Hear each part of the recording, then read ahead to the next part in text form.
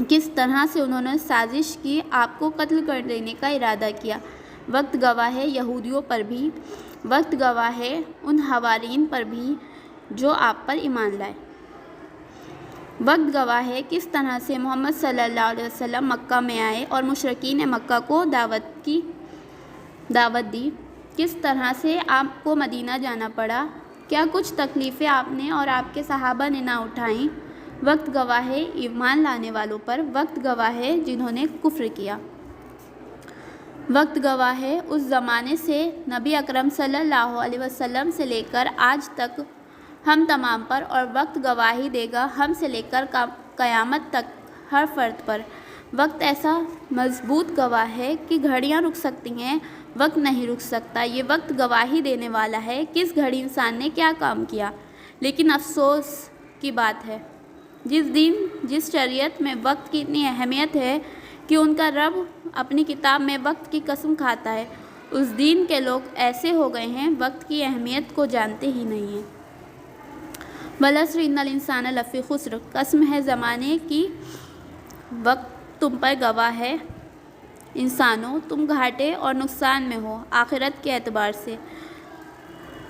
تو کیسے اس خسارے سے بچا جائے؟ پہلا کام، دنیا میں وقت کی اہمیت جانیں اور 4 عمل کرنے ہوں گے۔ وقت کی اہمیت کو جاننے کے بعد تو تم فلاح اور کامیابی آخرت کے اعتبار سے سکسیس، جنت پا سکتے ہو۔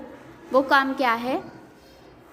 الا الذین آمنوا، پہلا کام کرنا ہے ایمان لاؤ۔ پہلی شرط آخرت کے خسارے سے بچنے کے لیے کیا ہے؟ ایمان لے آئیں۔ ایمان کیا ہوتا ہے؟ کہ یقین کر لیں کوئی بنانے والا ہے، اور ایمان بالخصوص یہ ہوگا جو اللہ کے رسول نے صحیح مسلم اور بخاری کی روایت ہے، آپ سے سوال ہوتا ہے ایمان کیا ہے، جو کہ جبرائیل علیہ السلام نے کیا تھا، تو حدیث جبرائیل کہلاتی ہے، اور عمر ابن خطاب اس کے راوی ہیں۔ اس میں بہت سے سوال تھے، اس میں سے ایک سوال تھا ایمان کیا ہے؟ آپ نے فرمایا ایمان پوچھتے ہو تو سنو، ایمان وہ ہے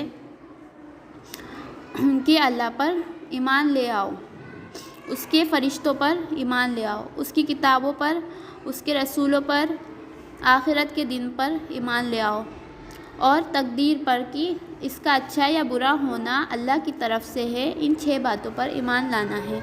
وعاملوا الصالحات،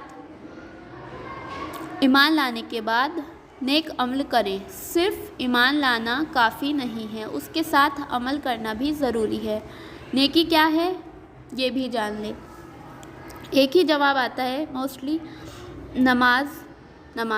نماز نیکیوں میں سے ایک نیکی ہے، لیکن کیا صرف نماز ہی ایک نیکی ہے؟ نیکی کیا ہے؟ نیکی کی ڈیفینیشن بہت وسیع ہے، بہت براڈ ہے۔ ہر وہ کام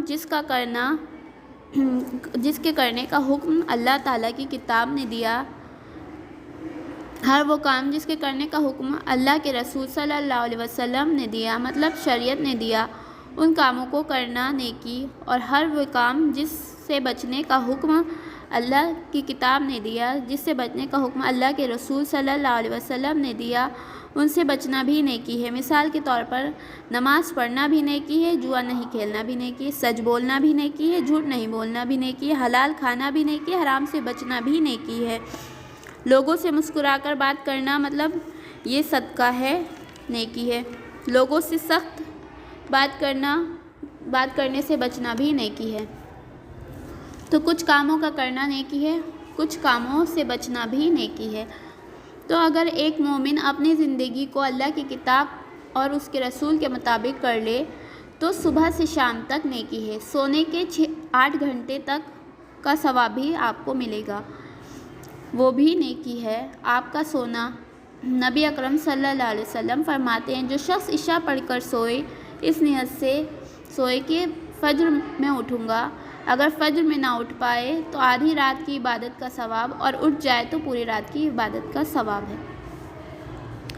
وتواصوا بالحق، تیسری چیز جو جہنم سے بچانے والی ہے وہ ہے حق کی تلقین، مطلب خود حق پر ہو کر دوسروں کو نصیحت کرنا۔ خود حق پر ہوں گے تبھی تو دوسروں کو نصیحت کریں گے۔ خود حق پر رہ کر دوسروں کو نصیحت کریں۔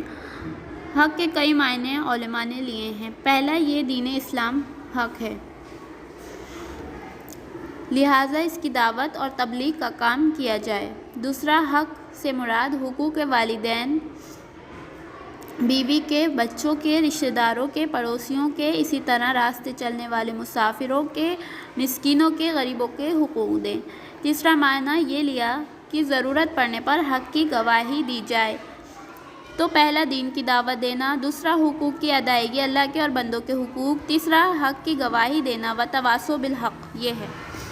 وتواصوا بالصبر اور صبر کی تلقین اور نصیحت کریں، خود صبر پر رہیں اور صبر کی تلقین اور نصیحت کریں۔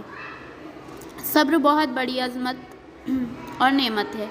جس کو دو نعمتیں مل گئیں اس کو عظیم نعمتیں اللہ نے دے دیں، ایک صبر، دوسرا شکر۔ صبر آ جائے تو شکر خود آ جاتا ہے۔